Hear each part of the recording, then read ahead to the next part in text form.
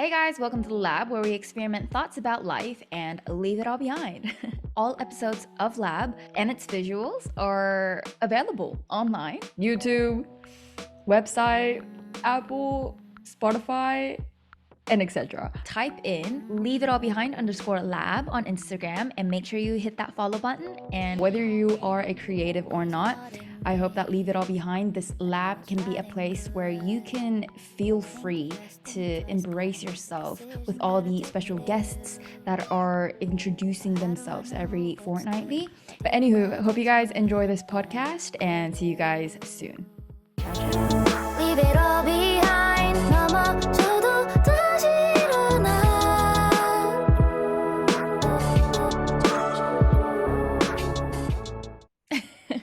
Hello. What's up, y'all? Hey, How are you? I'm good. How have you been? Pretty good. Busy as always. Yeah. But ready for round two. Oh yeah. Hey guys, welcome to the lab where we experiment thoughts about life and leave it all behind. Today we have Andrew with us in the lab. Hey, y'all. Andrew, give us a basic introduction of who you are, what do you do, and yeah, what's been happening? All right. Well, I'm Andrew, as you just heard, and I am the founder of my photography business called avdpixels.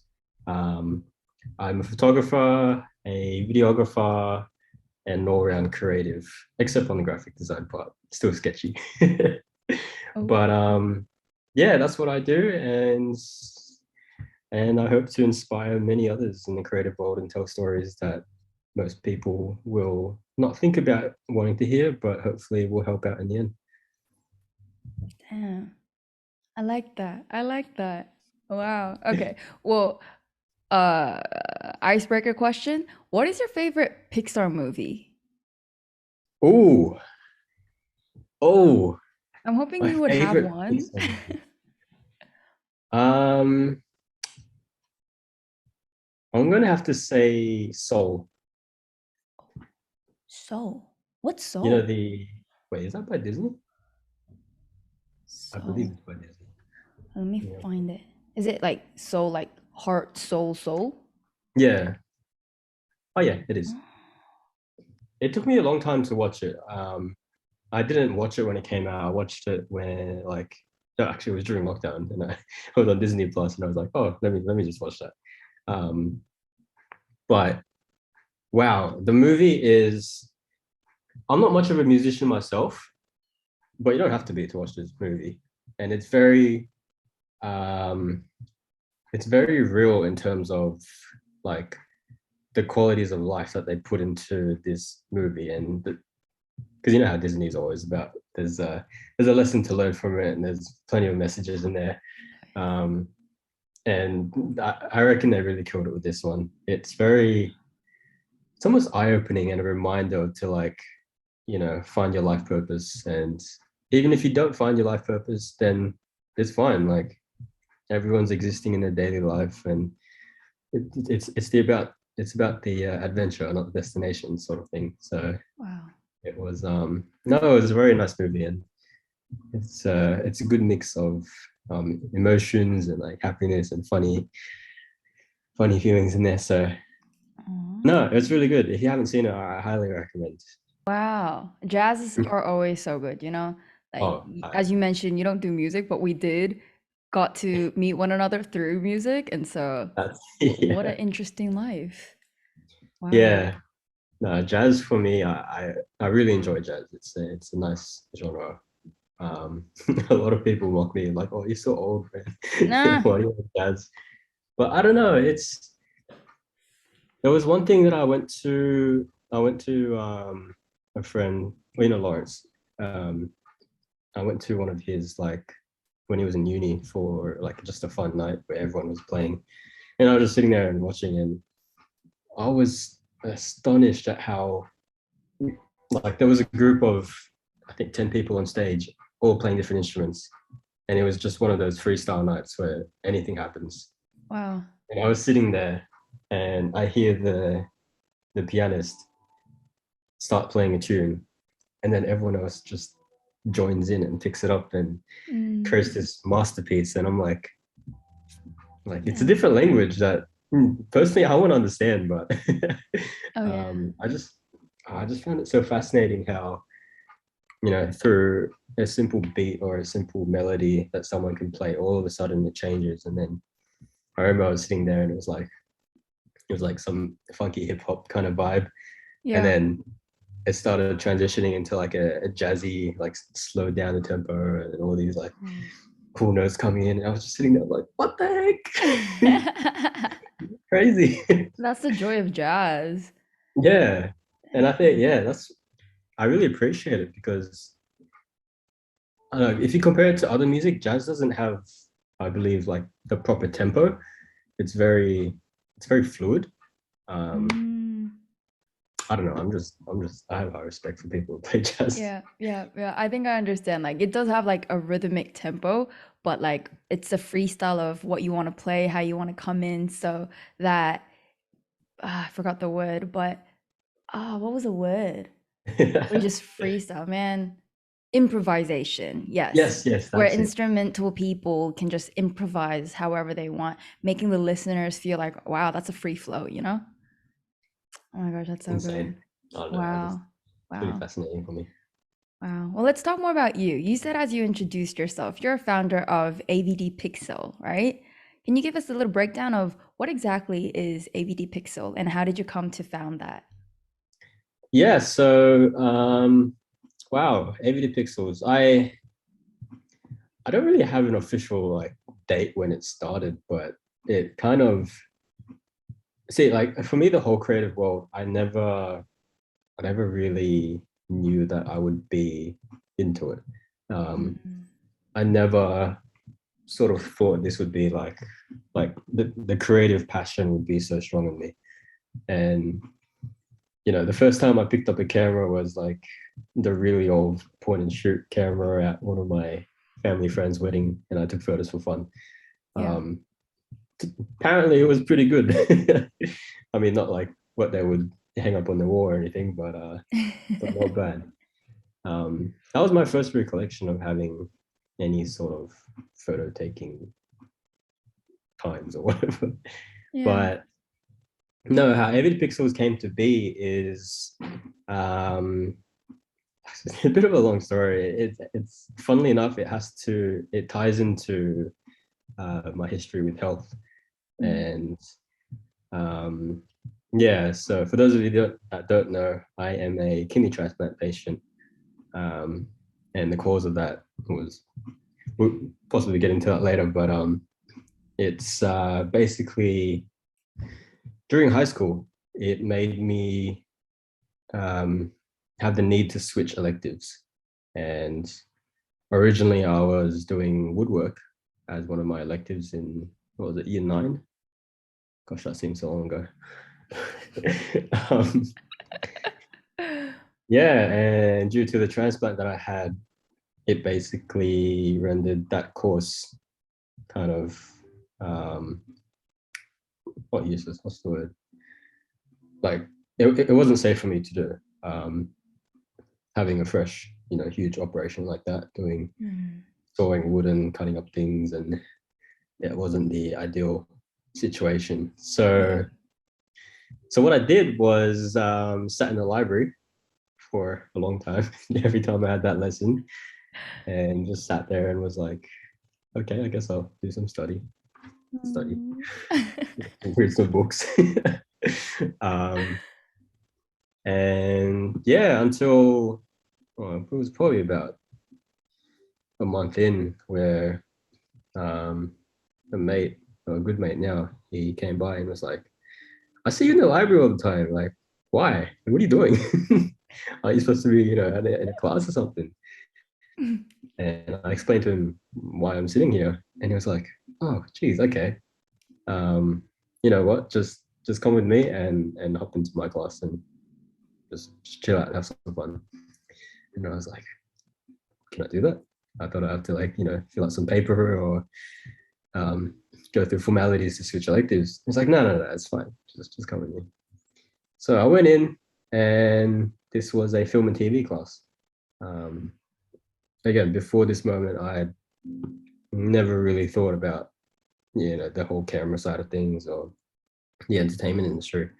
And the moment I walked through those doors and I saw like the studio layout, the black walls with the big green screen and camera equipment everywhere, I was just like, oh shit.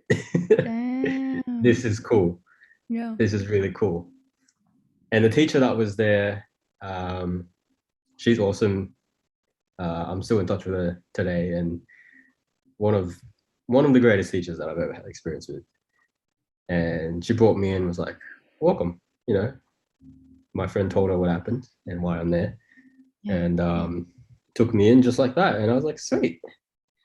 And the next week, set me up with a DSLR camera to go shoot some stuff outside in the schoolyard, just to play around with it.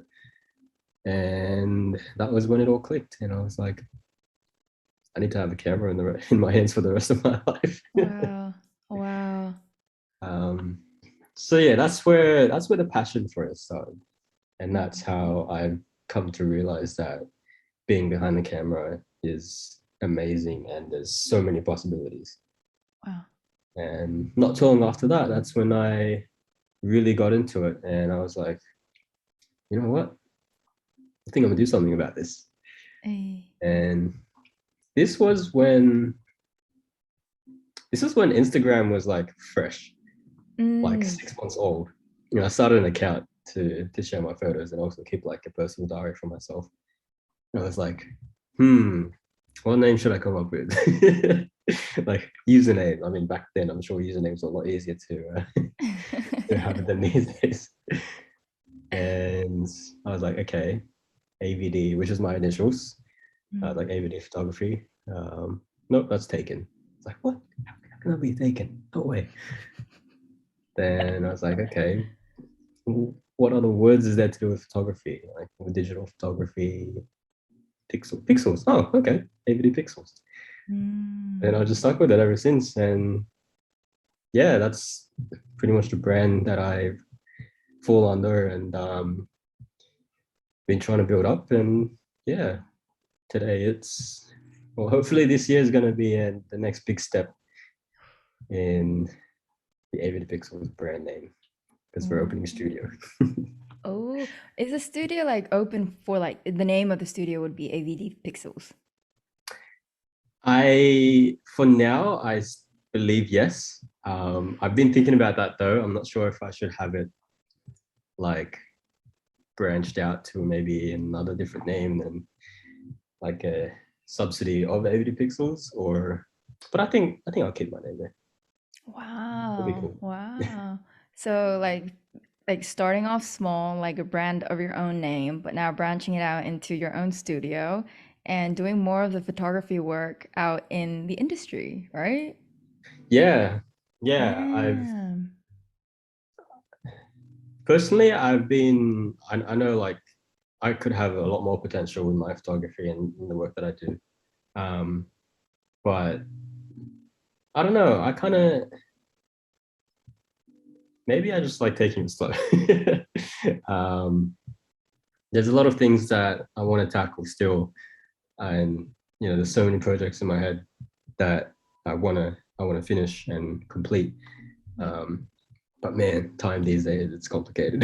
It is, it is, it is. Trying to make a living, trying to work, and then fit in these projects. But Wow. yeah, no, I'm excited for the future and where it is going. Yeah. And That's so good. yeah, So year nine, you picked up your first camera, which was a DSLR? yeah, it was Wow. what was it? It was a Canon, I believe, Hey.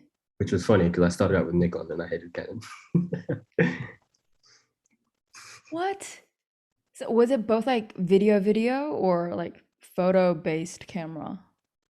It was a photo-based camera, yeah. So I mean, it could Wow. do video as well, but yeah, cameras have come a long way since that time. It has. It has. Which camera do Um, you use right now, currently then? right now, I am using a Sony A73, which is, I would say, right now is one of the most popular cameras amongst creators.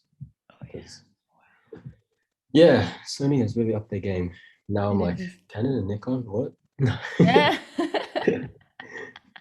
Damn. Wow. Wow. Then for you, like being able to have your hands on camera at a young age and having that as a hobby as a side, but now trying to change that passion into a career, what was that divine moment for you to be like, oh, I'm gonna do this for my full-time work, or I'm gonna change this into my career because I can see that I have the potential inside of it. But when was that time shift for you? Hmm. I think um, it was definitely over a long period, but the first, when was it? I think it was in year 11. I got asked to shoot like a 16th birthday party, Mm. and gosh, I feel so young, 16. Oh, That I'm was having like, epiphanies what, here. 10 years ago? Yeah, far out. Damn. Um, yeah, when I got asked to shoot it, and they were like, "So how much do you want?" And Wow. I was like, "What? What do you mean? What do you mean how much I want?" Yeah, we'll pay you for your time. Like, come, it's gonna be like 4 hours, have some fun, have some food and drinks. Wow. And at that moment, I was like I knew people as photographers got paid, but it didn't hit me until then, and I was just like, wow, people actually pay for this stuff. Mm. And it was a euphoric moment for me because one, that means like the camera that I saved up all my life up until then, and spent it on, I could, it made it back a little bit. Mm. And um, the thought of having to do that as a job kind of opened my eyes and made me realize like it's probably possible. And um, yeah, so it was pretty much since that first birthday party that I shot that made me try push a little bit more to make it um, my job. In saying that, though, there are other interests that I have that I wanted to pursue, and at the time, I wanted to. I really wanted to become a pilot, and What? Where'd that come from? flying and aviation for me has been an interest as well from like a very early age. Wow. Um, and anything, I don't know, I'm the kind of person that likes to like understand how things work, um, to like every down to every little detail. And I remember when I was, gosh, I think I was like 3 or 4 years old, my mom would take me to the library, and she'd always wonder, and the people that were working there would always. I remember distinctly the reaction. They were always looking at me like what's wrong with this kid? um, What? and that's because instead of going to like the kids section to borrow books of like cool stories and whatnot, I'd go straight to the engineering section, and I'd pick up books on like how airplane works, how engine works, and boats and all these things. Oh And I my have like a whole stack. gosh. Oh my And goodness. I don't know, it fascinates me so much, and it also made me appreciate like everything that is around us is designed by someone. Mm. Um, Someone has gone through an effort of drawing it up, thinking about it. They probably lost sleep trying to design it, Yeah. and it's a product that's there in front of potentially millions of people. Um, and yeah, that just fascinated me. The possibilities are endless. But yeah, I've always since a very early age I've wanted to become a pilot, and Wow. I got a I got a bit of a taste of that when I went into the whole remote controlled world with airplanes and helicopters and now drones. Yeah. Um, yeah, but you know, adult life kind of slaps you in the face, and you realize that a 1 year course costs you 110 grand, Yep. and you kind of realize, okay, we'll see what we can do. But Um, yeah, I kind of forgot what the question was. ah, I think, yeah, what was the question? Ha, Whoa, I was so into your story, I forgot what I've asked you. But I have Is another it? question Let's hear it. relating with that. So like you had a passion and interest for pilot as well. And as you lived your high school life, you found photography as your passion and hobby. And now coming into the reality adult life, you have to what make sure you have a living, you have to pay for your rent, you have to pay your phone bills and all those realistical things that's just slapping you in the face. And sometimes it's hard to balance out your creative life because you have like actual living to support you job to do, like a day job to do. But for you as a creative and as a founder of AVD Pixels, like how did you seem to balance your creative work with like your living life? Balancing your living life? Yeah. Yeah, good question. Yeah, it's tough. And I feel like it's a common thing, you know, across the globe that if someone asks you, what do you do? And you say, Mhm. oh, I'm a creative of some sort, be it artist or musician, photographer, whatever.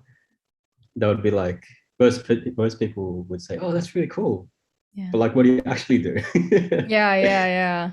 And I don't know, it's that whole notion for me kind of every time I hear it, it it kind of reminds me of how the creative world is viewed amongst the non-creatives, Yeah. um, which is a bit disappointing because I think the creative world is such a ambiguous area, which is what makes it great because the fact that humans can come up with these creative things, it's just it's hard to put into words how these things form. Um, Everything has an explanation, of course, but at its heart, being a creative is just bringing ideas from nothing to turn it into Yeah. something, and I think that's pretty crazy. Yeah. Yeah. um, yeah, so it's that reasoning that I have that keeps me going into the creative field. But you're right, and we have to have something to support our living, and it's either I feel like in the creative world, it's you're trying to make it or you've made it. There's not really an in between. Um, but sometimes I kind of disagree with that because the definition of made it, is based on I guess fame and money.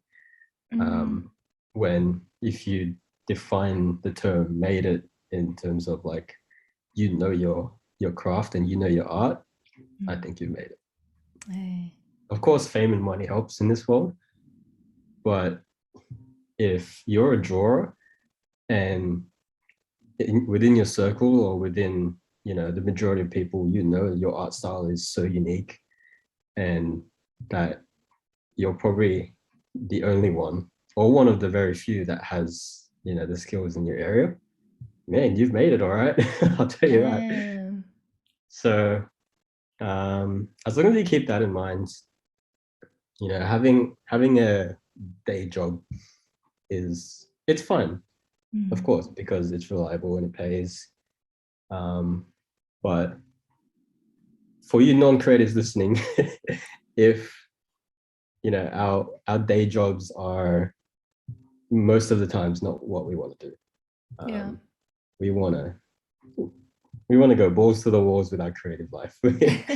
um, but the world we live in, it's getting there, It is. but It it is. doesn't fully cater to it just yet. So Yeah. if you have creative friends, then embrace them. Tell them that you appreciate their art. Tell them you appreciate their skills because man, that gives them so much hope. It does. It boosts their passion so much more as well because with just it might just be like one word or you might not even mean it, but you just by you saying it, it means so much because you feel appreciated with what you do because there's so much time and effort that you put into just one like masterpiece or one project.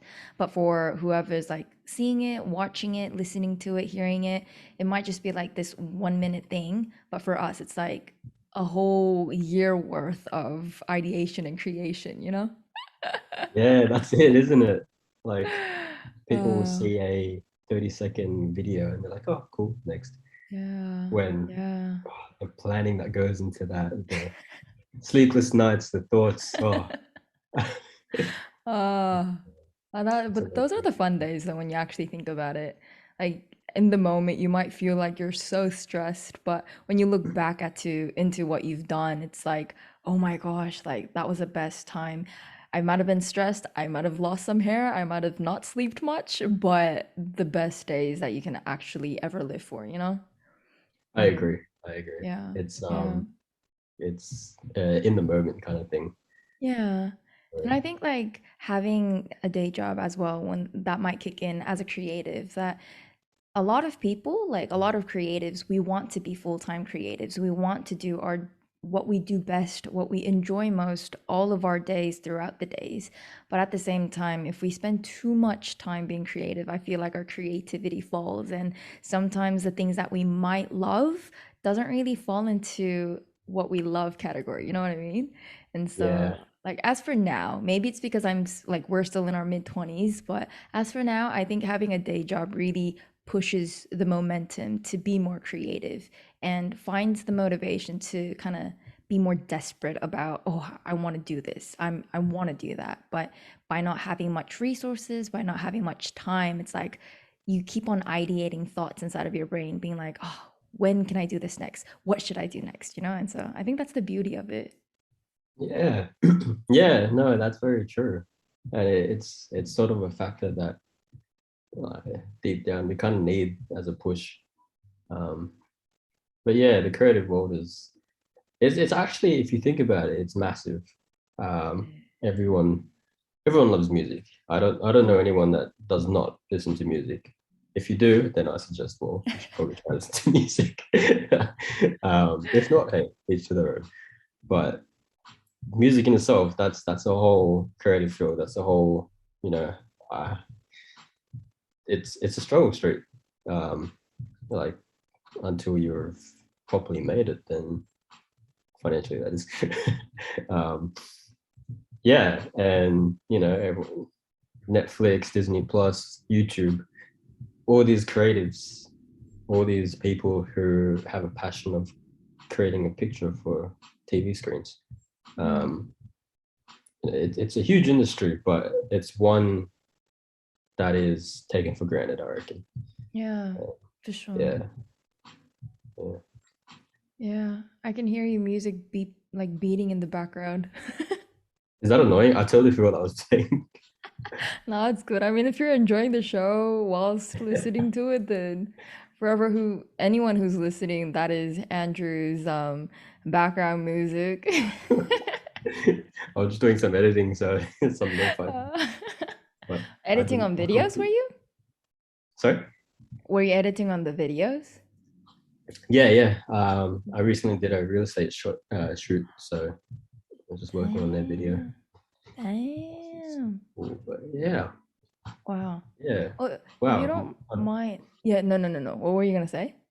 Oh, no, I'm just saying, my brain didn't even realize music was playing until you just mentioned Oh my gosh, you were so into it. Yes. it. Is it too loud or should I put it in? Uh, I think okay, then let's turn it off now. Okay. Hey Siri, stop. Okay, there we go. I'm so fascinated by that. Huh? Like talking to Siri. I don't talk to Siri. I Oh. just don't know how to do that, but that still fascinates me when people be like, "Hey Google" or "Hey Siri," and then it actually works. It's just like, damn, technology. Yeah, I've got the HomePod, so it's pretty helpful. Oh yeah. Well, I mean, it just makes me lazy, to be honest. And keeps you company. Yeah, it can tell you jokes and whatnot. Not It an does. advertisement for Apple. Oh my gosh. Yeah. Such an Apple person. Uh, that's right. I Well, love Android if as you well. or you do. Yeah, I love all things. PC. I can't live without my PC, but I can't live without a Mac. And I can't live without an iPhone. I have an Android as well, but I barely use it because who needs two phones. This person. So I don't know. I just appreciate everything. Yeah. Yeah. Yeah. Sorry, you're gonna say? I was gonna ask you, like, what kind of work do you do at the moment? Because on your Instagram, we can see that you work with cars and, like you said, you edit videos and stuff. But can you share more about like what your day looks like and what do you do? Yeah. So with photography and videography, there's not really, I guess, a limit on what I like what I can do. I kind of take all oh come on brain. um yeah, no, I tackle all sorts of situations, and cars are like a big part of my life. Huge. I, it's uh kind of sucks that it is because it's very expensive, but Mm, um no, I love cars, and I love what they can mean. I love what they can do. um just I feel that shooting cars is, of all things that I shoot, is probably one of the most um what's the word, it's the one that I appreciate the most because um like like how I said before, everything is designed. Every product around us is designed. Cars are like, in a way, an art form. To have pretty much an appliance, you can say, that is just there to serve us, to take us from one point to another. Um, but we want it to look good. We want it to have design aspects that make it look flash or nice or sleek. And when it comes to shooting cars, it's every car is different. Every car has their own specific angle. Every car has their own theme to it, and it's almost in a way challenging to try and find those certain angles and those certain aspects that really tie the whole car together. mm, Um, and for me, when I shoot a car, especially, like, I'm a big fan of vintage cars, old cars, the classics. And I always, every time I shoot one, I always just end up trying to understand what the designer is trying to convey with the car. And like, we know that a lot of the older cars are a lot more boxy. They're a lot squarer than the cars these days. Um, but if we look at the entire design language of, say, 1970s, 1980s, a lot of the stuff was very boxy as well. Computers were massive and boxy. TVs were just pretty much boxes. mm, And that's kind of the world that was around them when these things were designed. So you can tell that the influence is there, and um, I don't know, it's just, it's fascinating for me to see how design of cars changed over time. Um, with and it correlates to the design changes of the world around us as time moves forward, but as well, engineering and science, we accommodate aerodynamics. The shapes change to be more fuel efficient, to be um, better for the consumer, and everything is influenced that way. And it's a way for me to see how engineering, science, and design kind of all tie together, and yeah. that's why I don't know, cars are awesome. Wow. um, Wow.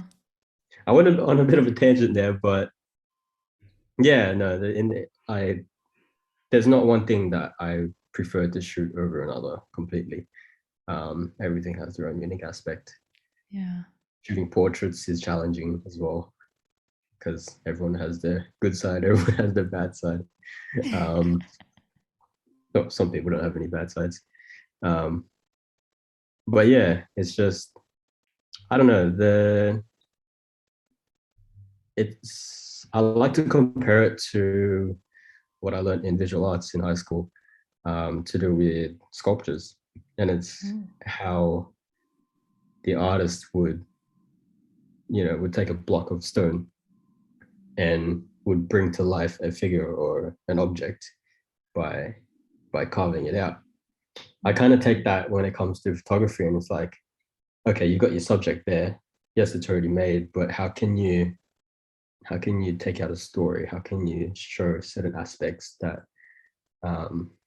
that people might not have, really thought about before, and how can you extract that and show it in its full potential?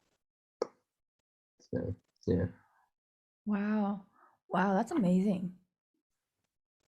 Wow. Can you like take us and break it down of the journey of how you would ideate your project into an artwork?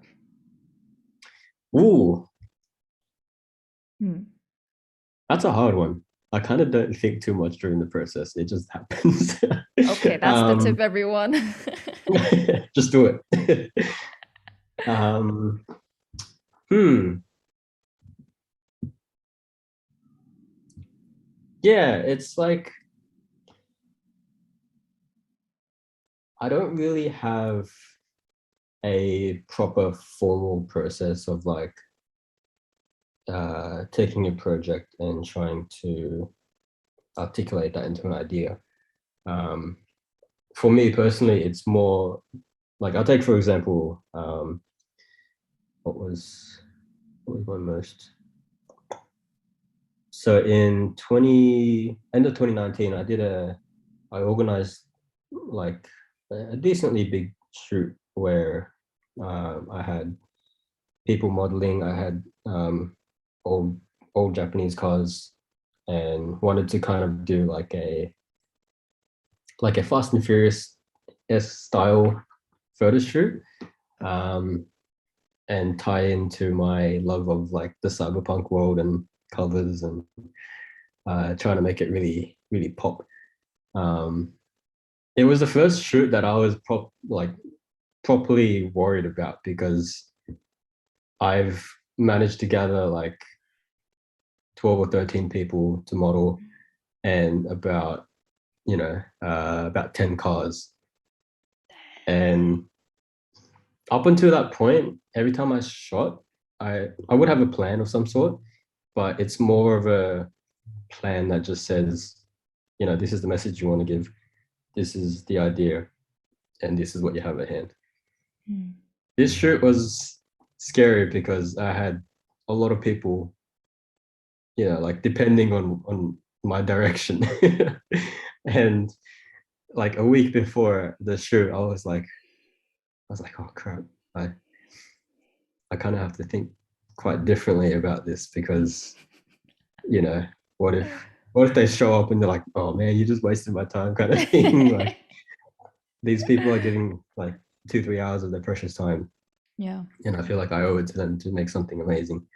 um so that was probably when I started to properly evolve I guess, formal process. um Having a mood board helps immensely. um Sometimes though, mood boards for me don't really, it's a bit of a distraction, because before I start looking for inspiration, I have a very specific idea. Um, but then as soon as I start looking for inspiration, my idea kind of morphs into what I see. And for me, it's like, where do I draw the line of inspiration or copying? um, like, we can talk about appropriation, and you can see an idea and make your own version of it, but I kind of like to think of creating in a way where it's pure, um, and inspiration is just simply there to be of a source, but not the actual foundation of it. Yeah. Yeah, so having a mood board was part of it. Discussing with the people actually was really helpful. Discussing with the car owners and the models, what I asked in a group chat with everyone, I asked, like, what's the one thing that you want to see come out of this shoot? And a few people responded, and they were like, most of them were just like, oh, like, we're here to have fun, just have a good time, get some cool content. And but there was a couple that were like, oh, I really love to see, certain certain aspects of the Fast and Furious, like the first Fast and Furious movie. Certain scenes that they pointed out, they were like, oh, it would be really cool Wow. if it looks like this. And one was like, what did they say? I think she was like, we want it to be. It's interesting how I forget exactly what she said, but it was sort of a blend between a James Bond film action scene and like the Fast and Furious franchise. And I was Wow. like, damn, that would be Wow. really sick. Um, so yeah, getting ideas from the things you're shooting, the people you're shooting is like, it's a really cool way as well to get your head around. Yeah, that's sort of how I come to like extracting what I want to tell from a shoot beforehand. But to be honest, for the most part, it's in a way winging it, like Mm. an organizational way of winging it. Yeah, yeah, yeah. Wow, Yeah. I think I definitely kind of understand you on that, where I think like currently I'm in the moment or season, would I say, where winging it would probably be the answer of my creative workflow, I guess. Like if it wasn't been so like last year, like I guess 2022 is a big year for a lot of us where COVID restrictions has been eased, and maybe that's why our hearts are a bit more soulful and more uplifting. But I guess up until last year, like if I were to do a creative project myself, if I were to write a song, if I were to do a video production or something, then I would plan everything in my head strategically and it would have to work like that. And I would be really strict with my artwork because I'm a perfectionism, right? But when you actually see that final result coming out, it's more of like, oh, why was I so strict, or why was I so like perfect when the result is going to be the same without being perfect, you know what I mean? But then Mm, this year, like the end of last year and this year, I was able to like let go of the perfectionism because busyness and time. And if opportunities came, of course I would want to do it good, but then rather than being perfect and trying to be good at it, I would just go with the flow. It doesn't matter if it's good or not, but let's just embrace it and enjoy it. And because I had that mindset, it didn't have to be strategic. I did not plan anything at all, but the result was way more happier and actually looked better because I was happy in the moment. And so I feel like maybe it's because of, I don't know, age or like seasonal change or whatever, but sometimes winging it would actually make a very big difference. And maybe that's the creative part, like being strategic, being planful, and having a set to your creative project might not be the creative idea behind it. So yeah. yeah. Wow. No, that's no, I definitely resonate with that. And yeah, like I guess in the terms of a professional world, it does help having a proper workflow, a Mm, process to come along with it. But at its core, you can like there's been a couple of times where I would plan for a shoot with the information that I've been given, and then I rock up to the shoot and I'm like, the plan's useless. It's mm, just it's not useless, but it's when you're there shooting, it's like it can be so much better than that, and you just you just see the vision there, and you're like, all right, I'm throwing this plan out the window. We're mm. starting fresh. This is what's going to happen, Oh, and yeah. and it in a way it's more satisfying because you can one you vision it straight away, Yeah. and the final outcome of it is obviously if you haven't made the other one yet you can't really compare it, but um hey, as long as you're satisfied and if you're doing it as a job, the clients are satisfied, then it's your work that's come to life. That's so true.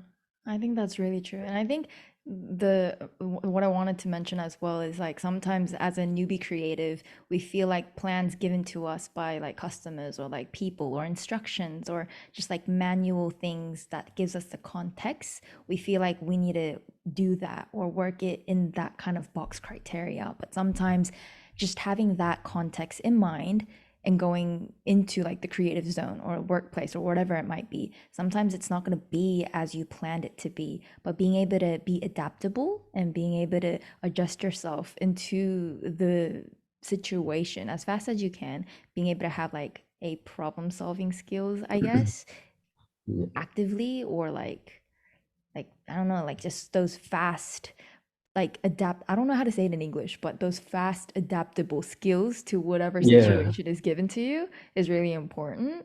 Yeah. Yeah. Yeah. And a lot of that will come from experience. Oh Um, yeah.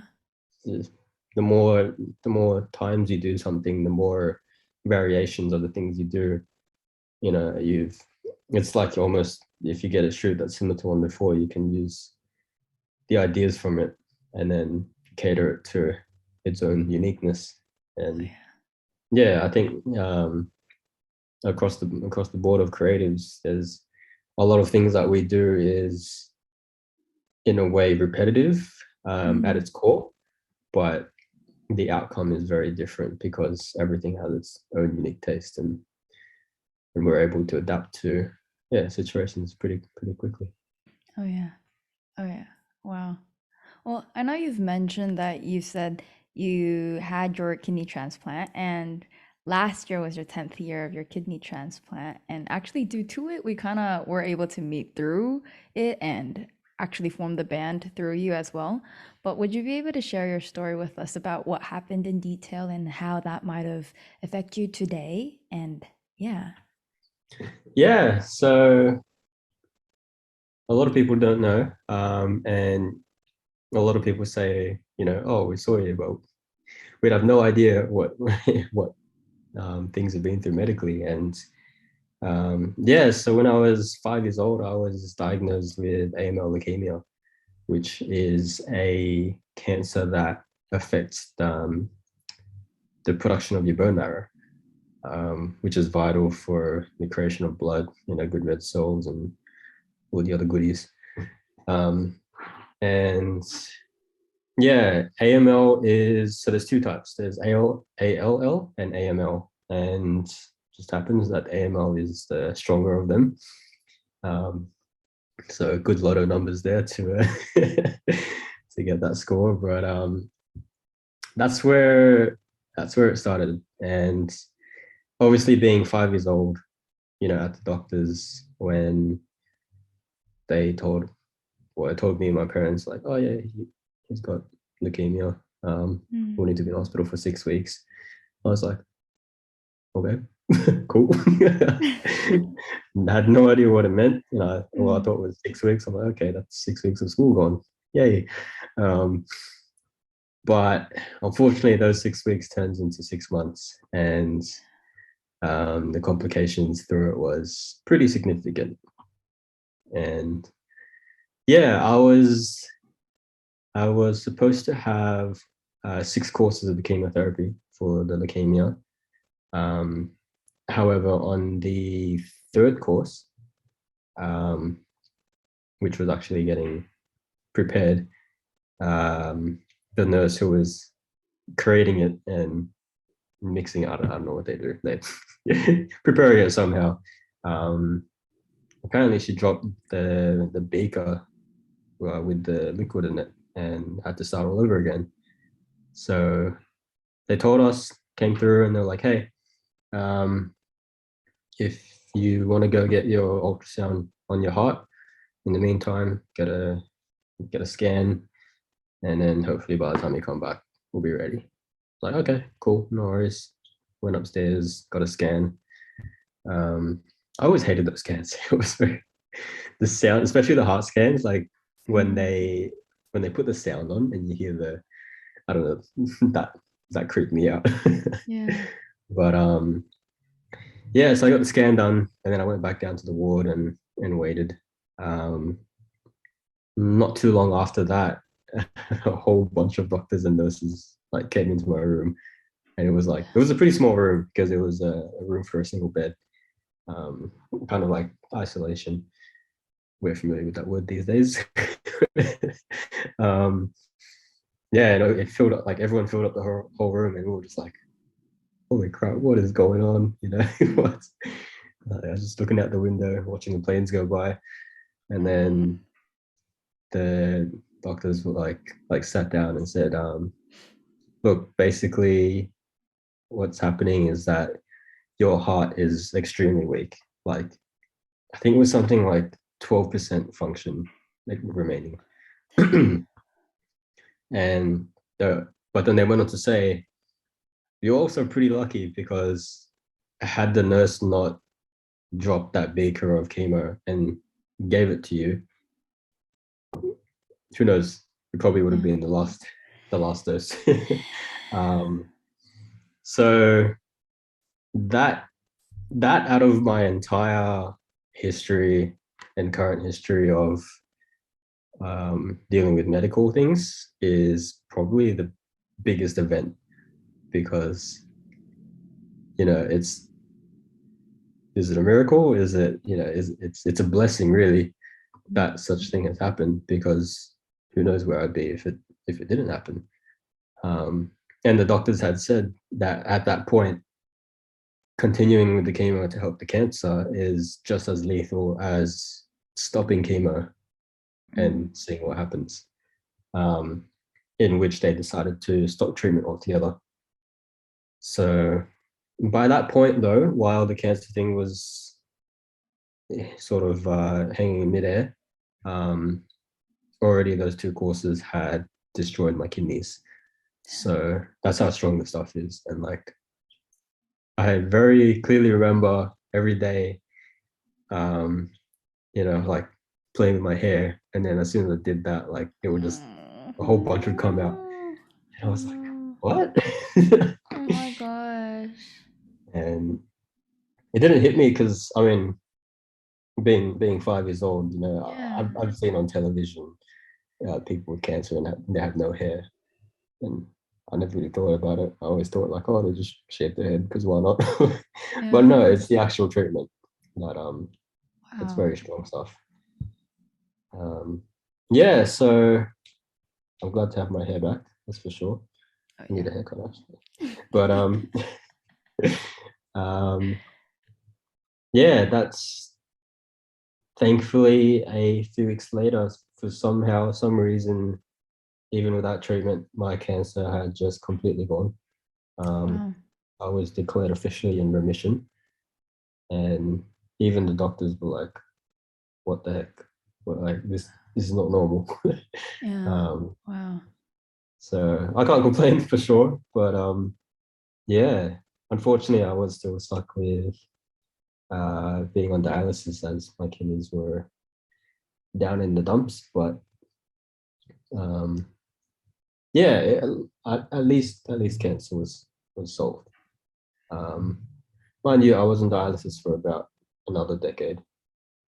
Yeah. And then we were always hesitant to actually get a kidney transplant for me because there was 1 year, well, actually, I think it was like 10 months that my kidneys had actually recovered a little bit in the dialysis, which was like the best moment because obviously not being tied to a machine every night and whatnot. But yeah, that only lasted 10 months. So we kind of always held hope that it would happen again. Which is why we were like, no, let's not get the transplant. Let's just wait. We tried all sorts of things, acupuncture, herbal remedies, some medicines, and yeah, it didn't work unfortunately. But so we said yes to a kidney transplant, and thankfully it happened pretty quickly. I know that the average waiting time, I think in Australia for a kidney transplant, it's about a year to 2 years, which in some cases is pretty dangerous because people's conditions can degrade real quick. So I was very thankful that because of the length of my treatment and considering everything that's happened, I was apparently pushed up the list. So I was able to get mine within about 3 months. Wow. That's wow. Yeah. And fast forward 10 10 and a half years, I'm here. And life Yeah. is amazing. Life is great.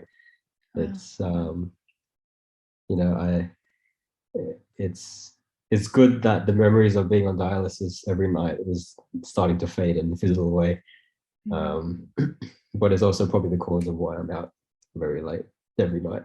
Because I can't. Yeah. Yeah. Wow. Yeah. I can't imagine how like hard, can't even describe it with words, but how tragic or how hard it would have been being at a young age, having to go like living in a hospital literally like it's your home. It feels Yeah. weird, and coming out from that, being in your actual home, it feels weird because you feel uncomfortable when it's a place where you should most feel comfortable with. But You're very right. yeah. Yeah, I remember the few times where, like during treatment, I was allowed to go home. Going home felt like a vacation from the place I should be at. Yeah. Um, yeah, yeah, it's very weird. But in saying that, it's kind of a weird perspective because for me, I think it was harder for my parents than it was for me. Yeah. Like, of course, it was painful and all personally, but I didn't have anything to compare it to. So, for me, missing out on like pretty much half of primary school was, I didn't, until now, I didn't really realize the impacts it would have. Yeah. Um, and I feel like socially, like it's made me an introvert because I've just been in my room most of the time, just Yeah. watching videos, reading books. Um, but yeah, no, it's made me appreciate life a lot more as a whole, Yeah. and Wow. never take health for granted. Oh yeah. Oh yeah. It's good to see you have hair. Yes, yes, Wow. yes. No, it's definitely good to have Wow. hair. Yeah. Wow. Wow. Would you say that because of that experience you've had at such a young age, it kind of relates with you and the stories that you want to share being behind the camera? Yeah, I'd say so. Not 100%, but there's definitely times where, as the backbone of what I do, it I think I like to dig deeper, um, where the messages I try to convey is more on more on the deeper side. And that's probably stems from the greater, passion I found for life through my journey. How everything, to a certain point, everything has a meaning. Everything has a has a purpose. Um, and maybe that's just me trying to reason with why I'm still here and what I need to do or what I want to do. Um, so yeah, it is a driving factor of my work most of the times, and I feel it's just made me have a deeper appreciation for many aspects of life, if not all. And yeah. Wow. Oh, like as a creative, you said you want to convey deeper messages, and of course, you want to reach like a certain niche or people to deliver the message that you want to show. But in a fast developing world right now where people and a lot of users or a lot of customers that we would want to reach, or like niche that we would want to reach, would be people who just scrolls Instagram, TikTok, and can only visually see something at such a short time. But being a creative, especially taking photos and taking videos that are longer than 5 to 10 seconds, how, like, of course, you wouldn't want to like put yourself down into those uh, people's wants and needs and like make videos to be 5 seconds because you won't be able to convey your story. But what do you, or how do you approach this problem that we have as creatives to not kneel down to like what the industry or what the fast social media requires, but still, how would you bring out your message to those people? How would you make those people stop and be like, hey, I have a story to share? And what would make them stop at your artwork and be like, oh, I can feel this? Very good question. Yes, a very good question in which I'm still trying to find the answer to. Because you're very right in terms of it's a battle basically of, do we cater content to what will make us more visible to the public through these platforms rather than what we truly want to do. And I guess this is kind of like the day job situation, balancing that between the creative, and it's just like how much, obviously having people view our work is of great importance, and how do we get to our goals or our standards of where we want to be in order to do what we want to do. So I haven't figured it out yet. For the most part, most of my content is to cater for the social media, platforms, and yeah, I tell myself that I'm not about numbers. Like honestly, I don't really care about the following or views or whatnot. I just love creating stuff.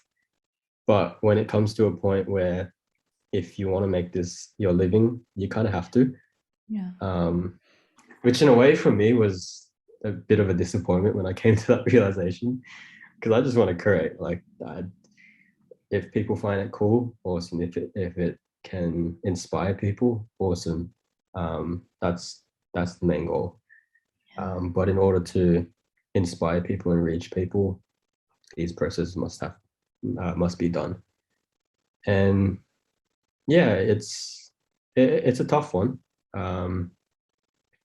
But I feel if your style is a style that people know is you, eventually people are gonna know. Eventually, you will be able to create, those longer bits of content or something that you hold close, and people will enjoy it. Not that they won't now. Not that if you don't create that, if you do create that now, it won't be seen.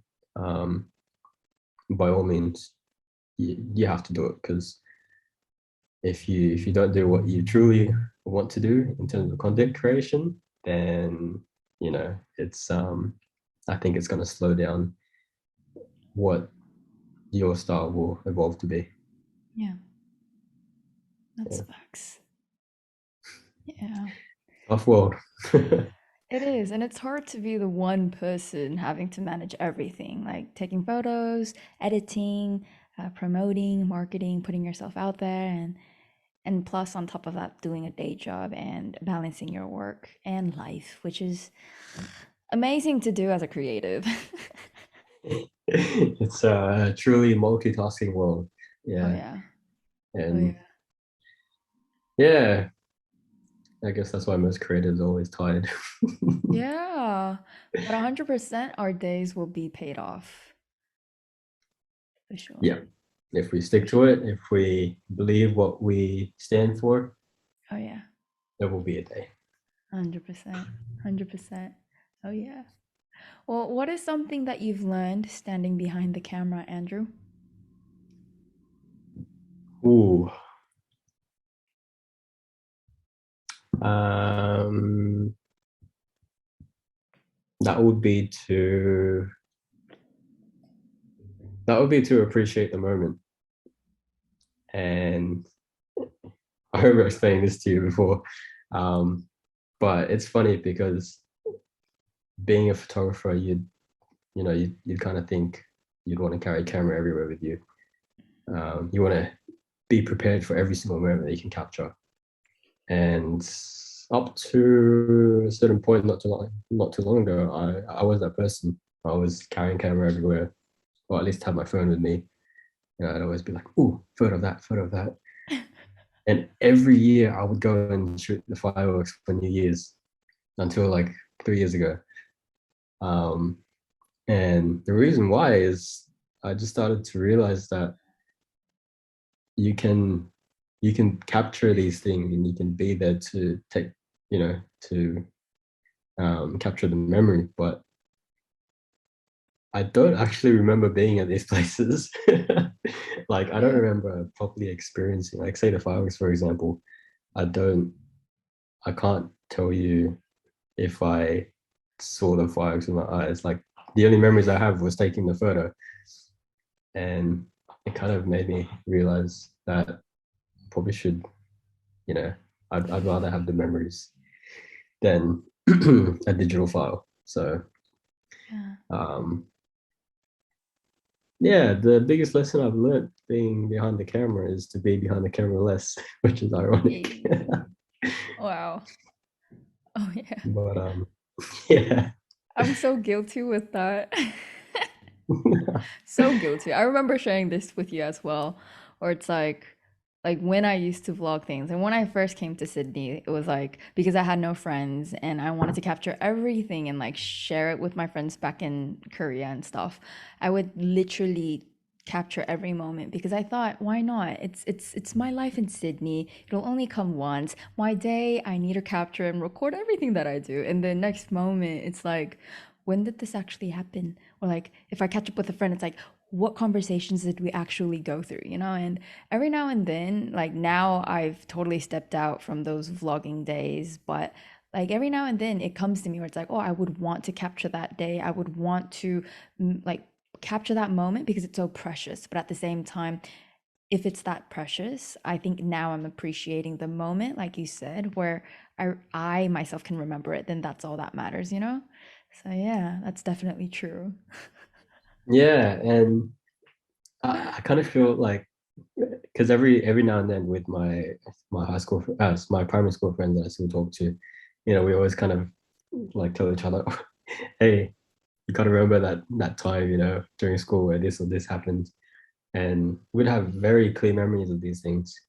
Um, when things that has happened in the more recent years, Mm. we're like, oh yeah, that I think that happened, but it's not really clear. And I kind of think it's the same as how we used to remember phone numbers very well, Mm. but we don't need to anymore because we have a device that stores it for us. And I think that's what's happening with these visual memories as well, is that because we have such easy ways to store these times, that our brain just kind of goes, I don't need to remember it. It'll be Mm. there to access. Um, which is not a bad thing, but it's just different. Yeah. Yeah. That is true. Hmm. Wow. It makes me want to just let go of everything and just really soak in to every moment that I live and breathe. Yeah, Wow. there's there's been a couple of times where I've forgotten my phone either in the car or somewhere, and I don't know. Those days I remember the most. Oh yeah. That's Just facts. it feels free. Yeah. Except as a Man. business owner, you kind of freak out because you're like, oh, do I need to send emails? True, true. And if there's something that you want to take a photo of, it's like, oh my gosh, where's my phone? I need to capture this. And then you have this Yep. mental breakdown. It's like, it's okay. I have it with my eyes. It's all good. And Yeah. then, oh my gosh. Yep. Just pull out the SD card out of here and That's, yeah. I feel like a day will come like that, hey, where you just like chip it in and then, Yeah. Who knows? The future will be very interesting. oh yeah. But yeah, got to be positive, but we also got to take into account the stuff that isn't so positive. Oh yeah, facts. And I think that's our job, like taking account of the negatives and being able to pull that out into a positive thing and just leaving Mm, that as it is. yeah. Yeah. Yeah. I don't, I don't, personally, I don't necessarily believe in negatives, and more so it's like everything can be a lesson. Yeah. Um, like, I mean, some things you can just leave it to as the surface and that's it. But say, I don't know, if there's something negative you see during the news, you can kind of take it, not to make it positive, because some things are truly horrible. Yeah. But in a way, it can be a lesson, even if it doesn't relate to your life. You can have a twist in it and be like, okay, well, hey, at least we're not in that situation, and if you are, then well, there's people there to support you and find ways to make it better. But Yeah. yeah, take it with a grain of salt. That's facts. Well, before the future comes faster to us, last question I want to ask you, Andrew, is there anything that you would like to leave behind in the lab before you go? I love this question. um, the number one thing that I want to leave behind is to never take for granted the moments you have in your life and your health. Right now, those two things are the biggest things for me, because if you take moments in your life for granted, and you kind of go by day, just existing, it's sure you're living, but slow down a little. Take the time to understand where you are. Take the time to understand where you are in life and your potential, and your health. Well, I think it's a pretty easy one to explain. If you're not healthy, it's not much you can do. it's it's kind of a one-way street, and I feel like in today's world, it's such a fast-paced environment. There's I mean, there is a big movement to be healthy, fit and active and whatnot, but health can have so many aspects. And I think, just take a moment to kind of understand yourself, be in tune with your body, and if you feel like you need to go get checked for whatever reason, do so. And as well, if you're thinking of becoming a organ donor, everyone has their own personal choice here in Australia. It's an opt-in system, so you have to register for it. It takes like 45 seconds, literally. And if you feel like that's something that you want to do, then do it as soon as possible, because something happens to you, most people don't need their organs when they're when they're gone. And you can definitely save some lives, as I have been saved, because they're one of the biggest life changes ever. So I would have to think about that. Wow. Wow. Well, thanks so much for sharing. For real, the time went by so fast, but there's so much wisdom. And although it's like the second round with you, man, it just feels like the first. Wow. Yeah. No, I appreciate that. And like I said before, I listen to your podcasts when I drive around, especially when I drove to work. I'd put it on because I mean music's good, but why not use the 45 minutes commute to learn something from the many other great people out there? Wow. I appreciate that. Thank you so much. It means a lot, like we said before in the beginning of the chat. It really means a lot. Thank you so much. Keep pumping out good content. Hey, shall try, man. Even in this busy time, gotta try and hustle. That's it. That's it. Oh, yeah. Well, that's it for today's lab sesh. Thank you so much once again, Andrew, for being our guest today. You can find Andrew on Instagram at avdpixels, or check out more of his amazing artworks, his video works, his photography work on his website at www.avdpixels.com. Thank you for that. Oh, yeah.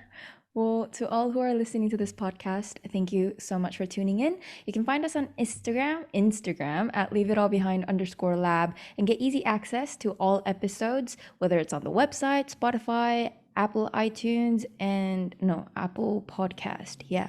And so, yeah, see you guys all in the next episode. Bye. Whoa! Dang.